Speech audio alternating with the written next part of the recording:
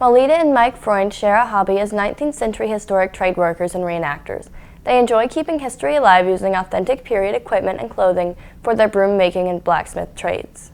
The Freunds told about what they call their reenacting and demonstration events and why they enjoy doing them. I'll refer to it as a walking, talking, living, breathing history lesson.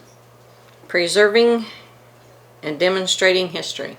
The best thing about it is the interest that everybody has when they see it and they want to know how it works. Probably the best response, though, is you get the old timers. To see those guys that start telling the stories about when they were kids, at their grandma and grandpa's, how they were the forge motor. They had to wind the crank. They had, those stories are so neat to hear. However, my favorite one was probably last weekend whenever we went to Prairie Grove, Arkansas, and it was strictly Civil War reenactment, more of a camaraderie, cannon fire, because I was with a cannon artillery group. That was probably my favorite event so far.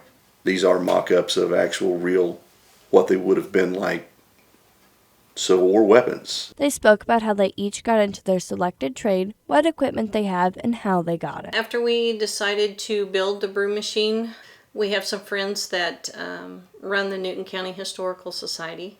They were gifted the broom machine, the vise, and the cutter, with the understanding that someone had to use it out in public so that people could see how things were done and how the machines functioned. And that's how I got into mine, because they called and asked if we'd use it, and I was more than happy to. With me, my first one, I bought it at a flea market, started in my own shop. I have gotten now to where, yes, I have the big forge in my shop that uses the electric, but the one that I take for my demos, it was traded for, and it was actually made in 1880. And that's what I use whenever we do the demos, because that's from the period.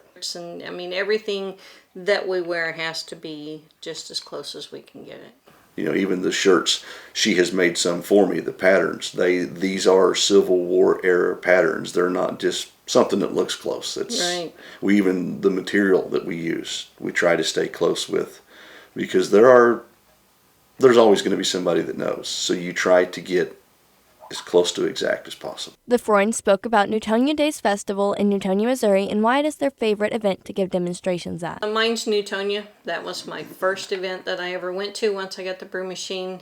They pretty much got us started. They have the blacksmiths, the reenactors, wood carvers. Everything is there from that time period. Like she said, Newtonia is fun because it does involve all three. If you're ever able to go see a truly period style demonstration, a truly period style reenactment, they should make the trip. They should make the effort to come, because it is history.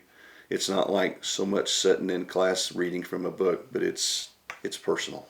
And who knows, they may be the next one to carry on what we're trying to carry on now. For the Freunds, preserving the past is important because once it's forgotten, it's gone. People like my grandparents, who understand this importance, work to tell people about the way things used to be and turn it into a living, breathing history lesson.